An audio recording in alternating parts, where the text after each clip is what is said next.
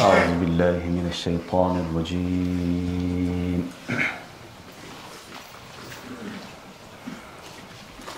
بسم الله الرحمن الرحيم. وإلى مدين أخاهم شعيبا فقال يا قوم اعبدوا الله وارجوا اليوم الآخر ولا تعثوا في الأرض مفسدين. فكذبوه فأخذتهم الرجفة فأصبحوا في دارهم جاثمين. وعادا وثمود وقد تبين لكم من مساكنهم وزين لهم الشيطان أعمالهم فصدهم عن السبيل وكانوا مستبصرين. وقارون وفرعون وهامان ولقد جاءهم موسى بالبينات فاستكبروا في الأرض وما كانوا سابقين. فكلا أخذنا بذنبه فمنهم من أرسلنا عليه حاصبا ومنهم من أخذته الصيحة ومنهم من خسفنا به الأرض ومنهم من أغرقنا وما كان الله ليظلمهم ولكن كانوا أنفسهم يظلمون. مثل الذين اتخذوا من دون الله أولياء كمثل العنكبوت اتخذت بيتا وإن أوحن البيوت لبيت العنكبوت لو كانوا يعلمون. إن الله يعلم ما يدعون من دونه من شيء وهو العزيز الحكيم. وتلك الأمثال نضربها للناس وما يعقلها إلا العالمون. خلق الله السماوات والأرض بالحق إن في ذلك لآيات للمؤمنين. آمنت بالله صدق الله العظيم.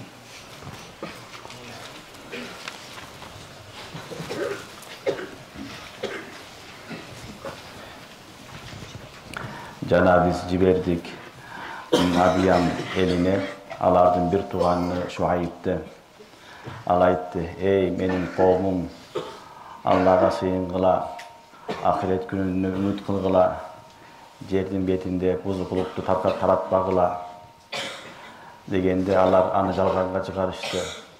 Аларға жетістіру келді. Ошонун натыйжасында алар жашаган жерлеринде жер менен жексен болуп калышты. Жана Ад, Самуд коомунда эстеген алардын жашаган жерлери силерге ачык көрүнүп турат. Жана шайтан алардын кылган амалдарыны кооздоп көрсөттү. Алланын жолунан аларды тыйды. Алар өтө зирек инсандар эле. Жана эстеген Карунду, Фир'аунду, Хаманды аларга Муса алейхиссалам, Musa açık daliller менен келди. Алар жердин бетинде tekebir болушту. Алар бизден качып кутулушкан жок. Алардын баарын кармап алдык. Günölөрү себептүү. Алардын кээ бирлерине таш жаадырдык, кээ бирлерине катуу ун келди. Кээ бирлерини жер жутту, кээ бирлерини сууга чөктүрдүк. Аллах Таалам аларга зулум кылган жок. Бирок алар өздөрү зулум кылышты. Кудайды таштап, башкаларды туткандардын мисалы жөргөмүш сыяктуу Al uy kurat özüne, üylörün içindeki en alsız uy görgönmüştün uyu eger alar bilişse. Allah Taala'nın albatta bilet, Allah'dan başkaga sığınganlarının barını жақсы bilet. Albatta al күчтүү жана danışman. Бул мисалдарды биз адамдарга баяндайбыз. Аны бир гана акылдуулар гана, аалымдар гана түшүнөт. Аллах асман жери жаратты чындык менен. Мына ушулардын баарында чоң белгилер бар муминдар үчүн.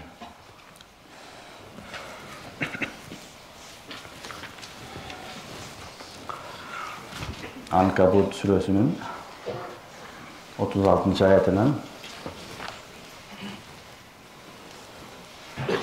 44. ayetga чейин ayetler ekan. Biz ötkengi sabakta İbrahim aleyhisselam, Lut aleyhisselam'ın kısalarını okuganбыз. Bugünkü sabagыбыз Şuayb aleyhisselam'ın okuyası, Ad kavmi, Samud kavmi, andan keyin alarga düşkön azaptardı Allah subhanahu wa ta'ala bayandaydı. Ankabut surasının başında Allah subhanahu wa ta'ala iman keltirseler boldu, oşol menen beşe kirip kalabız da oylap ogula, silerge har türlü sınavlar bolat degen edi. Oşol sınavlardı Allah subhanahu wa ta'ala peygamberler arkılуу ümmetlerine kelgen sınavların büt bardığını tertip menen Allah subhanahu wa ta'ala Ankabut suratında bayandap atat. Demek musulman iman keltirseler kutulup kalbaydı. İman keltirgenden keyin sen çınığı musulmansınbı, çınığı Allah'ın aşığı dostsunbu, kalp ile aytasınbı, anı biliş üçün Allah subhanahu wa ta'ala sınaydı. Oşo sınavdan ötkönden keyin sen çınığı Allah'ın dostu, çınığı musulman ekeningdi dalildeysin. Eğer de sınav olmasa, anda eldin barla dava kılaveret. Dava kılgan toltura. Biroq çınığı dava kılgan, çınığı imanı var kim ekenini, kim jalgançı, kim münafık ekenini bildiriş üçün Allah subhanahu wa ta'ala bul dünyada har türlü sınavları beret. Oşol negizinde Kur'an-ı Kerim'de Allah subhanahu wa ta'ala peygamberibizga aldığını peygamberlerin okuyası, aların ümmeti menen bolgan okuyalardı bayandagan. Bugünkü sabagыбыз yani Şuayb aleyhisselam'ın okuyasına geldi. Kur'an'da Allah Teala ve ila Madyana ahahum Şuayba. Ve arsalna ila Madyana ahahum Şuayba. Çünkü yani biz Şuayb aleyhisselam'dı Madyan kavmına jiberdik. Al kelip aytdı, ne dep aytdı? Faqala ya qawm ya'budullah. Ey menin kavmum, menin elim Allah'a sığın kıla. Varcul yevmel ahir. Ahirette ümit kıla, işengile. Ve la ta'sav fil ardı mufsidin. Jerde buzukluk kılbagıla dep eskertdi. Bul Madyan balдар, bul dağı İbrahim aleyhisselam'ın balası bolgan. İbrahim aleyhisselam'ın balasının atı keyin oşol jerde jaşagan eldi dagın Madyan eli dep atalып kalgan. Düşünüңөрбү? İbrahim aleyhisselam'ın balası İshak aleyhisselam, oşonda ile İsmail aleyhisselam, oşol baldardan birisi Madyan. Madyandağı İbrahim aleyhisselam baldары bolat. Oşol jerde jaşap kalgan ellerdi, oşol kavmda atı menen, oşol kişinin atı menen atalып kalıp Madyan bolup kalgan. Oşol Madyan degen elge Allah subhanahu wa ta'ala Şuayb aleyhisselam'dı peygamber kılıp jibergen.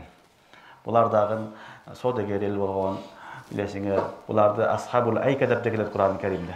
Ashabul Ayka'dan murat dagın şu Madyan kavmi. Alar baktarağı köp bolgon, köptügün baktaraktarda rast yaşagan, anan bul dagın buzulgan, kutulgan el bolgon. Oşol jerde ellerdi yoldan tosup alıp, tonop, urup, akçalarını, bayraklarını tartıp alıp, şunday jaman işlerde kılıp жүрgөн el bolat. Oşol jerge Allah subhanahu wa ta'ala Şuayb aleyhisselam'dı jibergen. Oşol okuyan aytıp atat: "Ve ila Madyana ahahum Şuayba." Alardan bir tuğandары Şuayb'di, aların özlerine peygamber kılıp jiberdik deydi. Demek Allah subhanahu wa ta'ala peygamberlerdi oşol elin özünden çıkargan. Elin arasından tandap alıp, jakşı insanlardı peygamber kılıp jibergen. Bul Allah Teala'nın sünnet tarikası şunday. Sırttan peygamber kelbeydi. Perişte peygamber bolup kelbeydi. Özünün kavminin içinden Allah subhanahu wa ta'ala sürgön jakşı bendesini peygamber kılıp tandap alat. Oşonun üstün bu jerde dagın ve ila Madyana ahahum Şuayba. Alardan bir tuğanı Şuayb'di Madyan'a peygamber kılıp jiberdik. Al kelip ken davası qala ya qawmi u'budullah. Birinci kelgen nasihatı Ey menin elim, ey menin qawmum, Allah'a sığıngıla dedi. Şirk kılbağıla, küfür kılbağıla, başka nesemin alek bolbağıla, otqa, taşqa, başka neselere sığınbağıla, Allah'a sığıngıla. U'budullah. Peygamberlerden büt bardığın çakırığı ibadat Allah'a.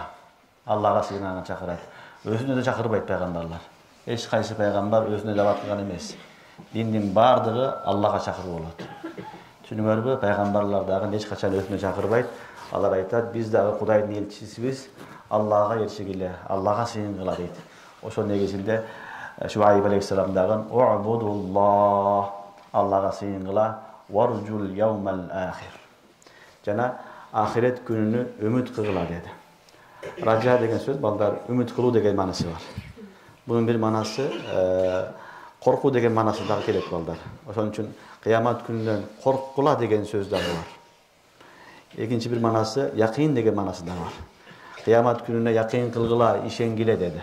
U'budullah varcul yevmel ahir. Ahirgi gün degeni balдар kıyamet degen söz. Ahirgi gün bolat, al kıyamet dagın yevmel ahir dep aytılınat, kıyamet günü. Düşünüңөрбү? Oşol kıyamet günden korkula, kıyamet gününe ümit kılgıla, kıyamet gününe işengile dep aytılат.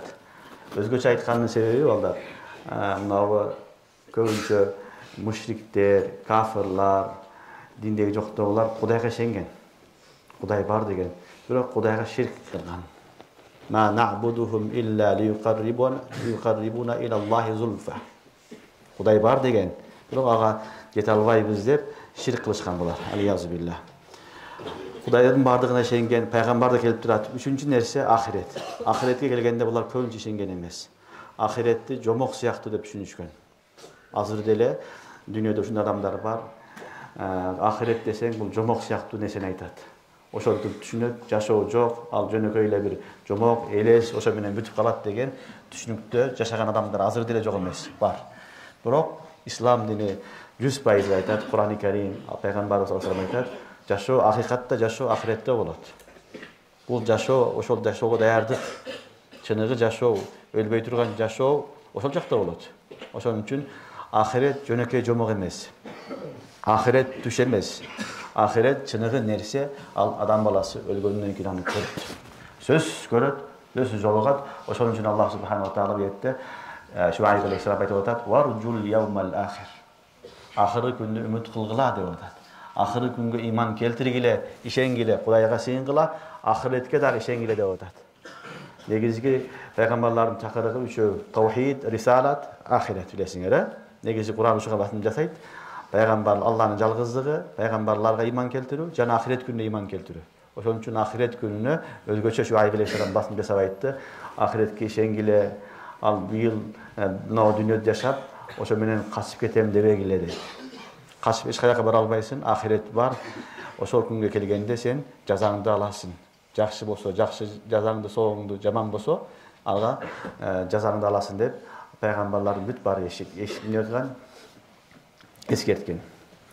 Эгер де биз варжул яумал ахир дегенде руджу манасында айтылган болсок, үмүт кылуу деген маанасына алсак, анда адам баласы бул дүйнөдө ахиретти үмүт кылып жашаш керек. Ахиретти үмүт кылып жашаган адам бул дүйнөдө жыргап жашайт. Эч качан ал кыжаалат болбойт. Бүгүн элдин баары кыжаалат. Байы дагы, кедейи дагы, жашы дагы, карысы дагы, аялы, эркеги бүт баары кыжаалат жашоо жашап атат. Анын эң негизги нерсеси ахиретти унутуу. Ахиреттен үмүт жок болгон үчүн ушундай болуп атат. Эгерде ахиреттен чыныгы үмүт болсо, анда ал адамда кыжаалаттык болбойт. Ал адам эл менен чогуу жашайт, бирок ички дүйнөсү рахатта, тынчтыкта, амнында жыргап жашайт ал адам. Бул дүйнө анын үчүн рахат бейиш болот. Ошон үчүн варжул яумел ахир деп ахиретти үмүт кылгыла деди. Демек Кур'ан үйрөтүп атат, ахиретти үмүт кылып жашаш керек. Ахиретти үмүт кылган адам эч качан кыжаалат болбойт.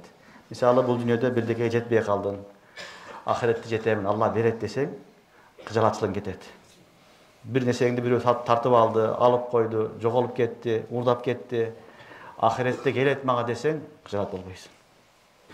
Бул ахиретке ишенүү, Алла берген ушундай чоң неамат, балдар. Бунун артында көптөгөн биз үчүн жакшылыктар турат. Ошол ахиретке ишенсең, көптөгөн жакшылыктарга иншалла жетебиз. Мейли мен дүйнө жетпей калдым, бирөө урдап кетти, алып кетти, бирок Кудайдын астына барганда таап алам аны. Алла Таала мадилеттүү зат, мени акымды алып берет, акымды өндүрүп берет. Алла берет, менен алып кетпейт деген нерсени адамда үмүт болсо, бул дүйнө анын үчүн не болот? Бейиш болот. Ошон үчүн Аллах субхана ва таала өзүнүн достору, аулиялары сыпаттаганда «Аллазина аману ва кану яттакун, ла хауфун алейхим ва ла хум яхзанун» дейт. «Инна аулия Аллах, ла хауфун алейхим ва ла хум яхзанун». Алланын достору капада болбойт, кайгырбайт дейт. Дүйнөдө кайгырбаган, капа болгон адам табам десеңер, ошол адам Алланын досу болот. Ошол аулиянын белгиси болот. Ал не болсо Кудайдан болду, ахиретте анын жакшылыгын мен көрөмүн. Hatta özünün bir жақыны өтіп кеткен болса дагы бактыруу кайгырат. Бүгүн Аллах иншаллах насип кылса дейиште жолугабыз дейт. Ошол нерсе өзү чоң сабак. Ошол нерсе өзү чоң неамат. Ошон үчүн мусулман башкадан айырмасы биз ахиретке иман келтиребиз, ахиретке үмүт кылабыз. Ошону менен биз дүйнөдө жыгап жашайбыз. Ал эми кафырда ахиретке үмүт жок. Ахиретке болгон үмүт жок. Ал кыйналай берет. Неге мындай болбоду, мындай кылсам болмок экен, буга жетишпей калдым, бул өлүп калды, тирилип калды, башка болду деп кыйналай берет. Анын себеби ахиретке иман келтирбегенден ошол кыйынчылыктын бүт бар ошондо. Ал сыртынан жылтырап көрүнгөн менен, жыргап жашагандай көрүнгөн менен, ичи толо эмнеген? Азап, ичи толо кайгы, капа, ичи толо ал кыйынчылыкта жашаган адам болот. Ошон үчүн мусулман адамдар кыйналып жашаса дагы ахиретти үмүт кылган үчүн Аллах субхана ва таала аларга бул дүйнөнү дагы бейиш кылат, ахиретти дагы бейиш кылат. Ошонун негизинде айтып атат Шуайб алейхиссалам варжул яумал ахир. Ахирет күнү үмүт кылгыла, ахиреттен алыстабагыла, үмүт кылгыла. Эстесеңер дүйнөгөр жакшы болот, жашоongор гүл болот деп эскертти. Эгерде ружуунду бетте хауф манасынан айтылган болсо, кээ бир муфассирлер айткан, анда ахиреттен коркула деген маана чыгат. Ахиреттен коркуш керек. Ахирет коркотуган жер, эч ким ал жерде таанышы жок, пара бере албайсың, качып кете албайсың, мүмкүнчүлүк жок. Болгондой боло турган жер келет. Ошон үчүн ахиреттен коркуш керек деген маанасында келет. Кээ бир муфассирлер бул маанасында айткан. Вала та'сау фил арзи муфсидин. Аса ясу деген сөз, балдар, бузукулук кылуу деген сөз. Муфсидин дегенде бузукулук. Амил дагы бузуку маанасында, мамул дагы бузуку маанасында. Аса ясу дегенде маанасы бар, аса ясу экөө тең маанасы бузукулук кылуу деген сөз. Вала та'сау фил арзи муфсидин дегенде такит болуп атат. Жердин бетинде бузукулук кылбагыла, бузукулукту таратпагыла деген маана чыгат. Жердин бетинде бузукулукту таратпагыла деген маана чыгат. Демек, үчүнчү эскертүүсү Шуайб алейхиссаламдын жердин бетинде бузукулук кылбагыла деди. Алла Тааланын бузукулуктары жакшы, бузукулук кылган адамды жакшы көрбөйт. Демек, алар баягындай каракчы болгон, уру болгон, элдери тоноп, урдап, коркутуп, өзүнүн жанын баккан. Ошолорго айтты: "Вала та'сау фил арзи муфсидин", жердин бетинде бузукучулук кылбагыла деди. Демек, бузукучулук жакшы нерсе эмес. Алла Таалан бузуку адамды жакшы көрбөйт. Кээ бир адам болот, үйүндө фитна кылат, бузукучулук кылат, мешитте, медреседе, айылында, жашаган жеринде, райондо, мамлекетте, кайерде болсо бузукулук кыла берет. Бул адам жакшы адам эмес. Бул адам жакшы адам эмес. Демек, бузуку болгондо Алла Таала жакшы көрбөйт. Бузуку адам ал каерде жүрсө, бир фитнанын үстүндө жүрөт. Ал каерге барса, аны фитна чыгарат. Бул эң жаман адам. Мына ушуну айтты: "Вала та'сау фил арзи муфсидин", жердин бетинде бузукулук кылбагыла деди. Бузукуларды Аллах сүйбөйт. Түшүнүктүбү? Жердин бетте элдин баары жаман болбойт. Жакшылар да болот. Бузуку берекелүү адам болот. Ошол бардыгы элди бузуп, элди жаман көрсөтө баштайт. Ошон үчүн айтты: жердин бетте бузукулук кылбагыла, бузукуларды Алла Таалам сүйбөйт, ал жакшылыкка апарбайт деди. Демек, жакшы адам болуш керек.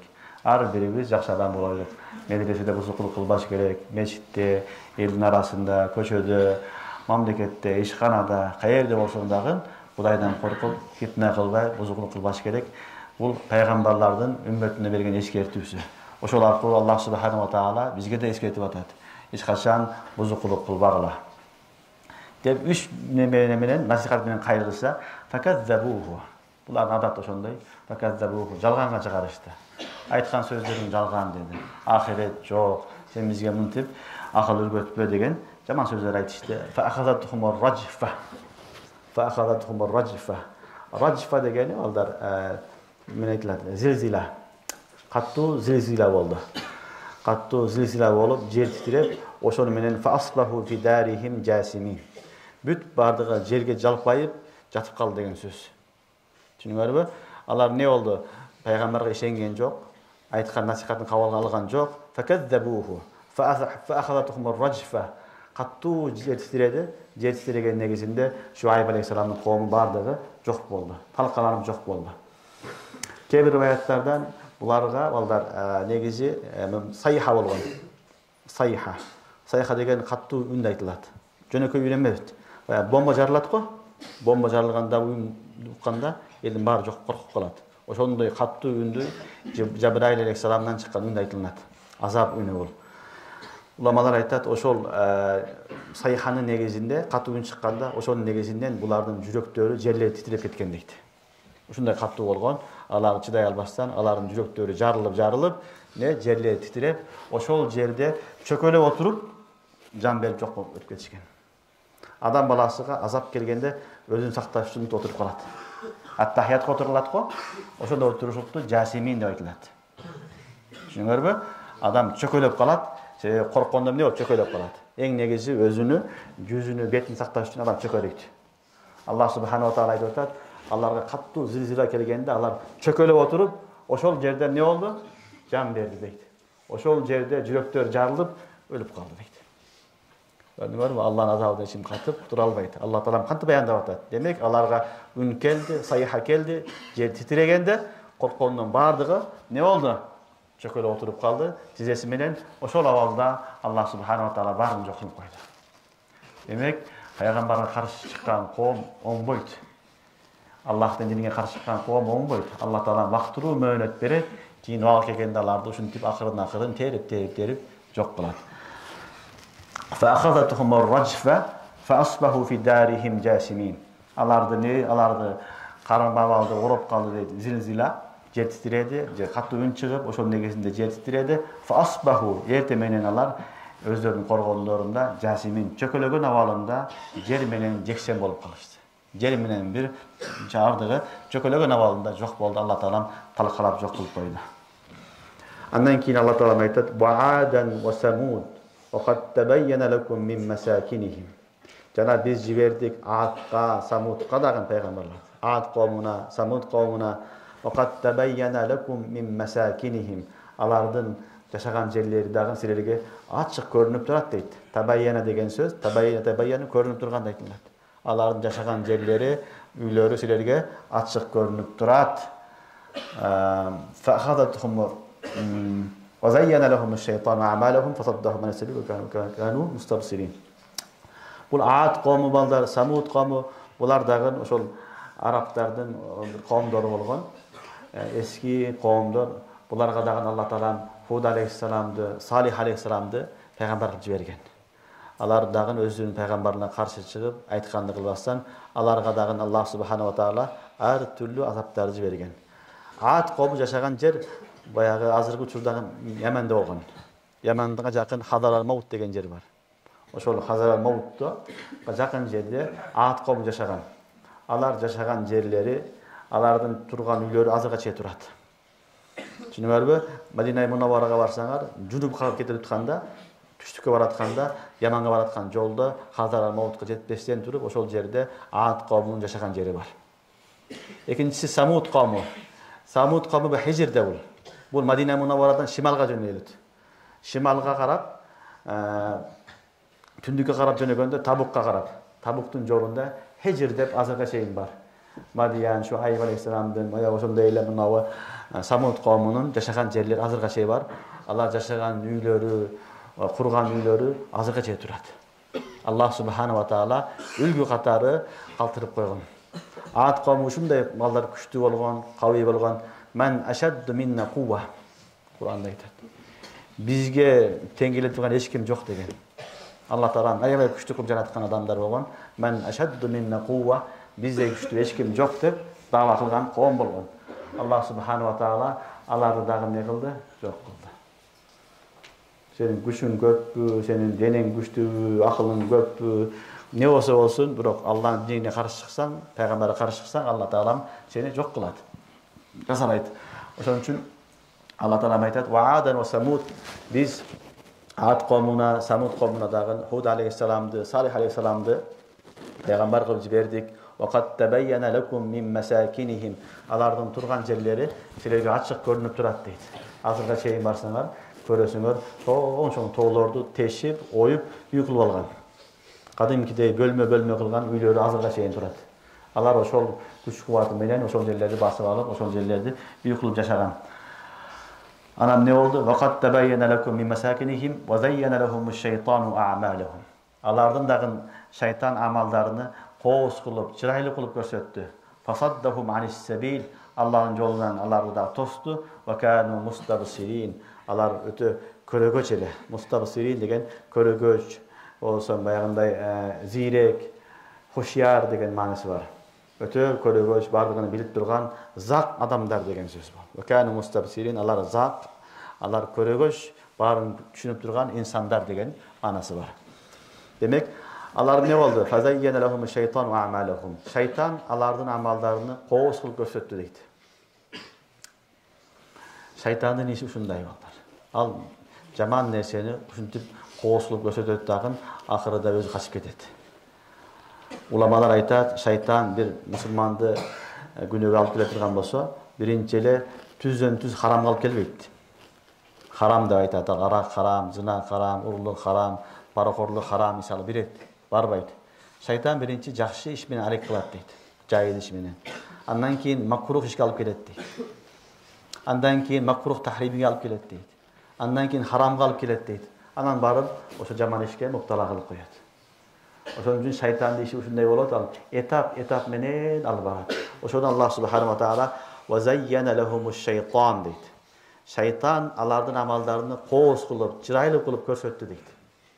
Anan barıp ne oldu? Şirkке muktala oldu, jaman işlerge, günölerge muktala oldu. Oşo menen alek bolup kaldı deydi. Demek oşon üçün şeytan tüzme tüzele başında ele sen bunu kıl debeydi. Asta aparatdagın ahırın seni ne kılat?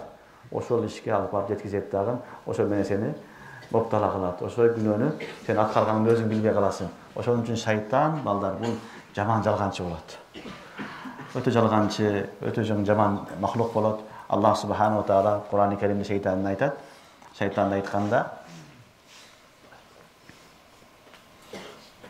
gurur degen ayat bar go. Gurur. Ve la yagurrannakum fillahi ve la yagurrannakum billahil gurur.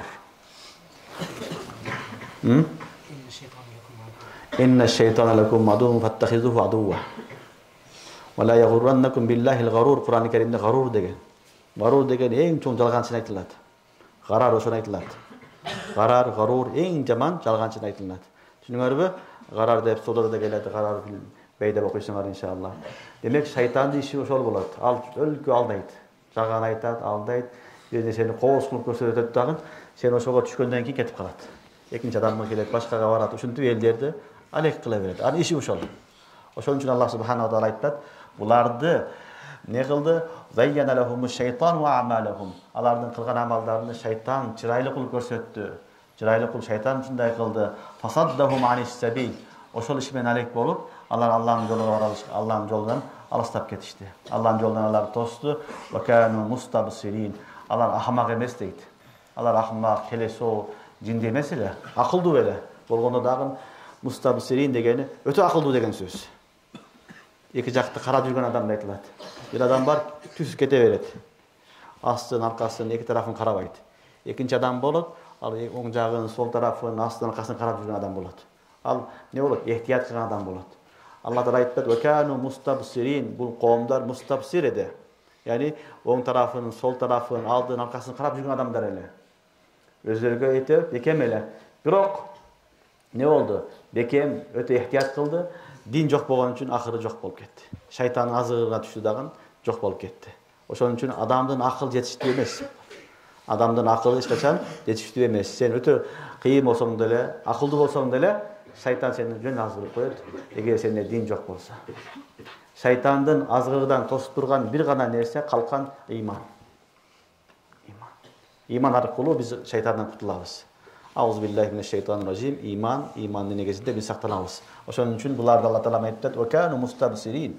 Алар жөнөкөй эмес, акмак эмес эле, жинди эмес эле, баарын көрүп түшүнөт эле, бирок ошондой болсо дагы шайтан аларды не кылды? Азгырып койду деди. Демек, bundan билинди, адам баласында дин жок болсо, канчалык акылдуу болсо, канчалык кыйын болсо деле шайтандын азгырыгынан качып кутула албайт. Шайтандын азгырыгына түшөт дагы, ошонун тузагына түшүп, акыры халакат болот, жок болот. Мына ушул коомдор, кыйын элдер эле, акылдуу элдер эле, элде жөнөкөй жерден топурак менен үй салып жашаса, булар кырларды, тоолорду кесип, оюп жашаган. Элдерге ошо эмес, булар акылдуу болгон. Бирок Аллах субханаху ва таала дини жок болгон үчүн шайтанга азгырылып калып, акырында натыйжада не болду? Жок кылып койду. Мына ошону Алла Таала айтат: "Ва Адам Самуд", Ат, Самуд тестегиле, аларды үйлөрүн силер көрүп турасыңар, алардын амалдарын шайтан коос чырайлы кылып көрсөттү. Фасаттаху манис сабил, Аллахтын жолунан алар тосту. Ва кану мустабсирин. Акырында алар акылдуу эстебей эле, бирок акыл эси аларга пайда берген жок. Демек, акыл эс качан иман болсо пайда берет, иман болбосо пайда бербейт. Өзү негизи акылдуу адам деп Алланы тааныган адамды айтылат. Ким Алланы тааныса, билсе, ошол акылдуу. Дүйнөнүн баарын түшүнсө, Кудайды тааныбаса, ал акылдуу эмес. Хадисте Пайгамбарыбыз саллаллаху алейхи ва саллям: "Ал-кайсу ман дана нафса ва амила лима ба'дал маут." Ал-кайс деген ошол акылдуу адамды айтылат. Акылдуу адам ким десе, өзүн таанып, Кудайды таанып, ахиретке даярдык кылган адамды ошону акылдуу дейлет. Ошон үчүн дүйнөнүн баарын жыргатса дагы, кыйын деп адамдар айтышы мүмкүн, бирок шариятта, ислам дининде аны акылдуу дейилбейт. Кудайды тааныбаса, ал акылдуу эмес. Андан кийинки аяттын уландысы: "Ва Карун ва Фир'аун ва Хаман." Жана эстеген Карунду, Фир'аунду, Хаманды. "Ва лaqad ja'ahum Musa bil bayyinat." Аларга Муса ачык далилдерди алып келди. "Фастакбару фил арз." Алар жердин бетинде текебир кылышты, кибирлүү болушту. "Ва ма кану сабиqin." Алар бизден качып кутулган жок дейт. Бул үчөөнү чоң айтып алар: Карун, Фир'аун, Хаман. Себеби үчөө тең бир доордогу адамдар. Фир'аун баягы ана Раббукумул а'ла деген падыша болгон. Хаман анын вазири болгон. Карун алардын адамы болгон. Кыпти болгон эмес. Муса алейхиссаламдын коомундан болгон. Муса алейхиссаламдын бир тууганынын атасынын бир тууган баласы болгон. Эки бир тууган балдары болгон, бирок мунун дагы немеси, байлыгы, бунун окуясыны өткөн сабактарда окудук. Эсиңердеби? Карун байда баягы байлыгыны окуганбыз. Бул балдар байлыгы ушундай болгон, дүйнөдө эң көп алтыны бар адам болгон бул. Тарыхта дүйнөдө эң көп алтыны бар адам ушул болгон. Буга чейин дагы кыяматка чейин да уламалар айтат, мындай алтыны көп адам болбойт дейт. Алла Таала ушундай берген, бирок ал алтыны буга чыбынчалык пайда берген жок. Чыбынчалык пайда берген жок. Аллах субханаху ва таала аны ошо алтыны менен не кылды? Аскерлери менен чогуу бүт бардыгыны жерге жутузуп койду. Жер акырын жутуп бардыгыны жок кылды. Демек Аллах Таала айтат: "Сен эстегиле Карундун абалы не болду, Фир'аундун абалы не болду, Хамандын абалы не болду. Ва лaqad ja'ahum Musa bil bayyinat." Муса алейхиссалам аларга ачык далилдерди алып келди. Фастакбару фил арз. Алар жердин бетинде кибирленишти. Такабура инсандар эле. Ва ма кану сабиqin. Алар бизден качып кутула алган жок дейт. Сабака деген сөз озуп кеткен айтылат балдар. Сабик озгон адам айтылат. Бул жерде манасы качып кутулуу. Түшүнүңөрбү? Алар бизден качып кутулган жок дейт. Демек, эч ким Кудайдан качып кутула албайт. Акыры өлөсүн, өлгөндөн кийин Кудайдын астына барасың. Асманга чыгасыңбы, жерге киресиңби, сууга киресиңби, акыры өлүм бар, хак. Ошо өлүм келгенден кийин түз Кудайдын астына барасың. Ошол жерде сен эсеп китебиңе жооп бересиң. Ошону Алла Таала айтат: "Ва ма кану сабиqin." Алар бизден качып кутула алган жок. Ва куллан ахазна бизамби. Андан кийин Аллах субханаху ва таала буларды окуяларын айткандан кийин акырында айтып атат: "Булардын бүт бардыгыны күнөөлөрү себептүү, күнөөлөрү кесепети менен бүт баарын жазаладык" дейт. Бүт барыны жок кылдык дейт. Канча коом болсо, Нух алейхиссаламдан тартып, азыр келип атат, бүт бардыгын Алла Таалам талкалап жок кылган. Ва куллан ахазна бизамби. Баарыны күнөөлөр себептүү алдык дейт. Бардыгын күнөөлөр себептүү талкаладык. Фаминхум ман арсална алейхи хасиба. Алардын ичинен кээ бирлерге биз хасиба таш жаатырдык дейт. Хасиба деген сөз балдар каттуу шамалда айтылат. Таш ошондой эле таш жааганда да айтылат. Каттуу шамалдын негизинде майда таштар учкан болсо, ошону хасаб деп айтылат. Түшүнүңөрбү? Ошонун үчүн эки маанасы бар. Фаминхум ман арсална алейхи хасиба. Алардын ичинен кээ бирлерине каттуу шамалды жибердик. Же аларга таш жаадырдык деген сөз. Бул балдар Нут алейхиссалам коомуна асмандан таш жааган. Алла Таалам таш жаадырып, ошо менен бүт бардыгын жок кылып өлтүргөн. Ал эми хасиба көбүнчө Ад коомуна болгон.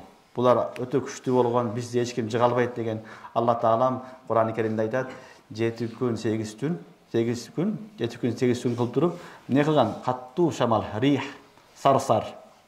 Аябай болошон шамал болгон, анда ташта болгон, ошо менен Алла Таалам бүт бардыгын эмне кылган? Учуруп, асманга учуруп, кийин жерге таштаган.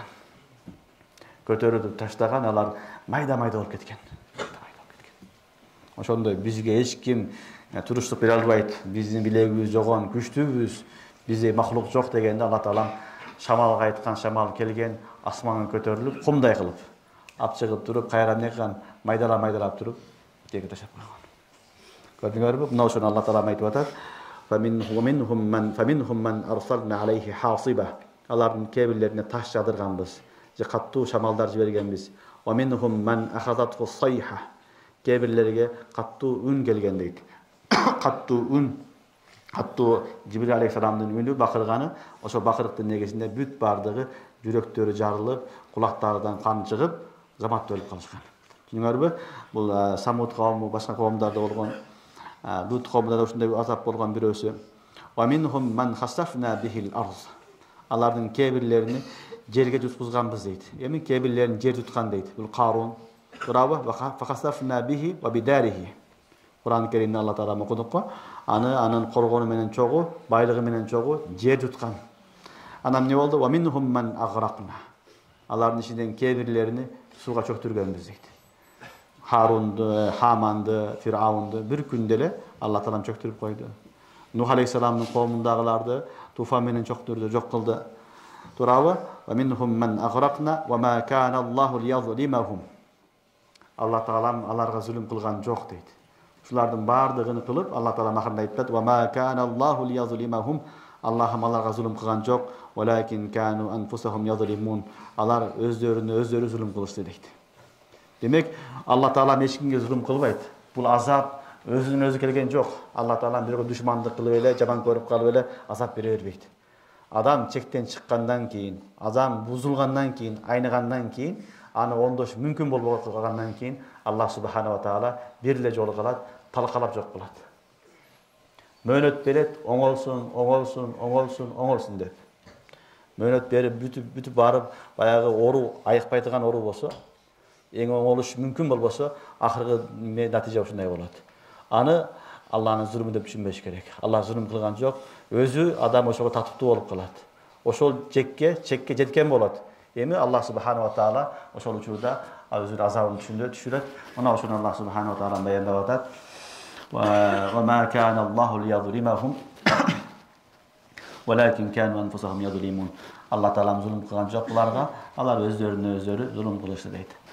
Демек, zulm кылгандан сак болуш керек. Алла таалам баарыбыз сактасын. Андан кийинки аятта Аллах субхана ва таала ошол Аллага ширк кылган мушриктердин мисалын баяндап атат. Бүт барын айтты. Алар Кудайды унутуп калып, тоого, ташка, сууга, жерге, башка нерселерге сыйынып жүргөн да, ошолордун мисалын берип атат. Булардын мисалы кандай десе, масалуллазина иттахазу мин дуниллахи аулия камасалил анкабут. Кудайды таштап, башка нерсеге сыйынгандардын мисалы жөргөмүш сыяктуу дейт. Жөргөмүштүн мисалы сыяктуу. Иттахазат бейтан, ал өзүнө бир жерди үй кылып алат. Ва инна ауханал буют бейтул анкабут. Эң алсыз, эң начар үй жөргөмүштүн үйү. Лаукану я'ламун. Демек Аллах субхана ва таала şirk kılganlardan, müşriklerdi balдар uşuntip ne kıldı? Ankabut siyahtı dedi. Ankabut degen ötkönde de aytkanbız, bu jörgömüşte aytат. Bilesiңerби? Bul üylörün içindeki en alsız üy uşunu kovalat balдар. Allah subhanahu wa taala müşriklerdi ispattap atat. Seler Kudaydı taştap, oşo sıyıngan neseleriňe deseňer, bayagı jörgömüştün üy siyahtı öyle deydi. Al ne bolat? Al üy balдар suuktan payda berбейт. Isıktan da saktabayt, jamırdan da saktabayt, kardan da saktabayt, jönüne turat. Anda hiçbir payda yok. Özü üy kurup alat beçara, üyüm dep süýünüp jüröt. Birok andan hiç deke yok. Sebep üyde maksat ne? Suukta жылуу bolsun, жылууда muzdaq bolsun, kar, su, jaman dese kirbesin. Oşol üy. Eger uşul maksat tabılbasa al üy emes al. Oşonun üçün Allah Taala ayttat, mahlukların içindeki en alsız canavarın üyü, ankabutun üyü, jörgömüştün üyü, al hiç birisiga payda berбейт. Kudda ошол сыяктуу эле Kudaydı таштап сыйынган адамдардын Kudaylары, буттары ошондой эле аларга бир тиын дагы эч бир пайда бербейт дейт. Суукта да пайда бербейт аларга, ар Кудайлары, ысыкта да пайда бербейт, карда дагы, жамгыр жааса дагы, башка болсо дагы эчтекеге пайда бербейт деген сөз. Түшүнүңөрбү? Ташбих ушул жерде турат. Биринчи ташбих. Экинчи ташбих уламалар айтат, Ankabuttu karasаңар, ankabut ар дайым үй курганда балдар бир бурчтуу эле болот. Мисалы бир чоң заңгыраган бир үй болсо дагы, ошонун чекесине барып туруп үй куруп алат. Ошонун ичине кирбейт ал. Желесинин салат дагы сыртта бир жерде жашай берет. Теги заңгыраган үйүң ага эч бир пайда бербейт. Ичинде кирсе ысык болот, жамбы кирбейт, башка кылбайт, бирок пайда бербейт. Кудда ошондой эле булар дагы эмне? Ушундай кадыр мутлак болгон Аллахты таштап, болбогон бир неге анкабут үйгө окшогон эчтеге колдон келбеген махлукка сыйынат деп Аллах субханаху ва таала буларды эмне кылат? Мисалдап атат, баяндап атат. Демек, масалул лазина иттахазу мин дуниллахи аулия, камасалил анкабут иттахазат байтан ва инна уханал буют ла байтул анкабут деген маанасы ушул балдар. Аухан дегени заиф деген маанада бар, алсыз. Эң жаман, эң нашар деген маанасы да бар. Эң жаман үйлөрдүн ичиндеги эң жаманы некен? Жөргөмүштүн үйү. Ал эч бир пайда бербеген сыяктуу эле булардын кылган ширктери дагы эч бир пайда бербейт деген. Кафырлардын бардыгы балдар Кудайды инкар кылган эмес. Кафырлар дагы көпкө бөлүнгөн. Кудай жок дегендер де бар, дахрия. Такыр жок дейт. Бирок араб мушриктери балдар Кудай бар деген. Бирок Кудайды Аллах субханаху ва таала булар өтө бир улуу махлук деп түшүнгөн дагы, улуу зат деген дагы ага жетиш мүмкүн эмес. Мүмкүн эмес. Биз бир гана ортомчу аркылуу жетебиз деген. Ошол ортомчулар бизге Кудайга жакындатат деген. Ошентип ширк башталган. Вама аятмеде? Вама нуқаррибухум илля вама юқаррибуна. Биз бир гана Кудайга жакындашуу үчүн уларга сыйнабыз деген аяттар келет да. Кыскасы эмне болду? Алар балдар Кудайды бар деген, бирок Кудайга ширк кылган. Мына ушуну мушрик деп айтылат. Кудай бар дейт, бутту да ширк кылып алат, тоого сыйнат, ташка сыйнат, айга, жылдызга, күнгө, сууга дегендей. Бул мушрик деп айтылат. Бул да кафир. Кафирдин бир түрү болот, балдар Кудай жок дейт. Дүйнө өзүнөн өзү пайда болгон дейт. Буну дахрия деп айтылат. Түшүнүңөрбү? Дахрия, Дарвиндин көз карашы, назарият азыркы учурдагы болуп аткан. Булар балдар дахрия деп айтылат. Булар кафирлар көпкө бөлүнөт. Аллах субханаху ва таала бетте мушриктер сыпатын айтты. Алар Кудайга ширк кылышат. Бирок ал кылган ширктери, ал кудайчалары Кудайдын астында аларга эч качан пайда бере албайт. Заррачалык пайда бере албайт деп баяндады. Андан кийинки аятта лаукану я'ламун. Эгер алар билишсе деген сөз. Лаукану я'ламун. Эгер лаукану я'ламун жазасы максуп болсо лаудан, анда эгер алар билишкенде бул ишке барбайт деген маана чыгат. Ушул сыйынып аткан кудайлары Кудайдын астында ахиретте буларга пайда бербейт экен, дүйнөдө пайда бербейин билгенде, булар бул ишке барбайт эле. Билими жок, ушул ишке бар деген сөз чыгат. Демек, негизги нерсе билим балдар. Адам болот ошо билими менен. Билимге деген чоңго медреседе окуу, бир жерде окуш шарт эмес. Кудайды таануу бул дагы илим. Кудайды таанып жашаш бул дагы илим. Демек, ар бир адам акыл эстүү болгондон кийин Кудайды таанып жашаш керек. Kudaydı tanıp yaşoo bu birinci bizim farzımız, milletimiz. Kalgan hükümler anan baştalat. Onun için ayırdat law kanu ya'lamun. Eğer alar bilişkende ma fa'alu hadihi eşya. Cazası eğer de bilişkende bu işlerde kılbayt ele. Bilişken çok, ilimi çok. Onun için şu yolga barıştı deydi. İnna Allaha ya'lemu ma yad'una min dunihi min şey. Elbette Allah Taala жақсы bilet deydi. Kudaydan başka sığınatkan neslerin barını bilet. Allah ne nerse Bırak Allah subhanahu wa ta'ala Allah'ın çıkmay münet bilet. Ve huvel azizul hakim. Al güçlü jana hakim. Danışman. Oja hikmeti menen Allah Taala mün çıkpay vaqt beret, mümkün qaytıp kalardı. Qaytpay bargandan keyin ahirinde Allah Taala mani жоқ kılat. İmanı keltirse onu жоқ kılat. Ve tilkel emsal nadribuha linnas. Mana uşul misallar deydi. Bunu biz adamlarga bayandayız. Ve ma ya'qiluha illa'l alimun. Demek Allah subhanahu wa ta'ala onlar misal arqılı düşündürüyor. Köp neseni Allah Taala misal arqılı düşündürüyor. Ve tilkel emsal nadribuha linnas. Kur'an-ı Kerim'nin özgöçö bir erecesi var. Hakikat menen batıldı, çındık menen jalganды düşündürgöndө misallar arqılı düşündürüyor. Misal menen birdeken düşünüş жеңил болот. Anan al nerse köpkö şeyin için esinde kalat. Oşon üçün Allah subhanahu wa ta'ala misalda kaygan. Mana misalda karasaňar Ankabut misal berdi. An üyün aytıp atat. Alsız nerse eçteki payda berbeýdi. Oşol nerse menen Allah Taala küfür menen müşriklerin ortasında, musulman menen müşriklerin ortasında ayırmasını aytıp koydu. Musulman al kadir mutlakka iman keltirgen zat, iman keltirgenler, tigiler eçteki payda berbegen nersege iman keltirgenler dep birle misal menen Allah Taala yani iman menen küfürün ortasındaki nesel ayırmanı aytıp koydu. Demek düşündürgöndө köpünçe Kur'an-ı Kerim misalды koldonet balдар andan sırtkarda Kur'an'da toltura misallar kelet. Bu düşündürүү erecesi. Oşonday ele Peygamberimiz sallallahu aleyhi ve sellem dagın hadislerinde köpünçe misal bergen. Misal arkылуу Peygamberimiz sallallahu aleyhi ve sellem düşündürgen balдар. Köptөгөн misallar kelet. Misalı Tirmizide okuysaňar İmam Tirmizi rahmatullahi atay kitap yazgan. Kitabul Amsal dep. Tirmizide okuysaňar Jami Tirmizide Kitabul Amsal dep oşol jerde Peygamberimiz sallallahu aleyhi ve sellem kayсы maselelerde misal menen düşündürgön аны okuysaňar. Demek adamlarga düşündürgöndө davat kılganda yetkizgende en jakşı nerse misal arkылуу bolуш керек. Mümkün boluşunça misal arkылуу düşündürseň al ne bolat? Al qafen nafs. Jakşyrak düşünöt, hakikatty tezirek düşüngөнгө hareket kılat. Oşol üçin Allah Taala aytdy: "Ve tilkel emsal nadribuha linnas." Bu misallarda adamlarga biz hayra bayandaýbız. "Ve ma ya'qiluha illa'l alimun." Biroq bunu bir gana alimler, akıllı adamlar gana düşünöt deydi. Akıllı bolsa oşol düşünöt, akıllı jok bolsa düşünbeyt deydi. Demek misaldan ülgü algan adam al akıllı adam, al alim adam. Misaldan näçeler akıllı düşünbese al jahil adam mesela. Al akılsız adam. Allah hidayet versin deyiz, başka ne deyiz. Demek Allah Taala misallar bayandayt. "Ve ma yaqiluha illa'l alimun." Halakallahu semawati vel ard bil haqq. Andan keyin hayır Allah Taala özünün kudretini bayandap atar. Allah Taala asmandardı, жерди çındık menen jarattı. Bu çındık, bu oyun külkü emes. İnne fi zalike la ayatin lil mu'minin. Elbette uşulardan barında momunlar üçün çoğun belgiler var deydi. Demek asman, жерди Allah Taala oynop, külüp ele jaratkan emes. Bir maksat menen jaratkan. "Ve ma halaqtul cin vel ins illa liya'budun." İbadat üçün jaratılgan.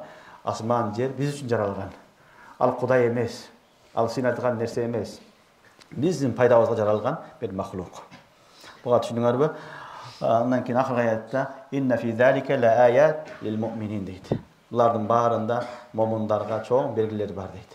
Demek momun musulman adam balası asmandy, жерди görüp ele Kuday tanı beriş gerek. Kuday bar, şunu öz jaratkan Allah'ım. Ustunu jok, asman turat, jer jaratkan deyip tanı beriş gerek. Kur'an'da "Ve fi anfusikum afala tubsirun" deydi. Asman жерди görbeseň özüň dele kara.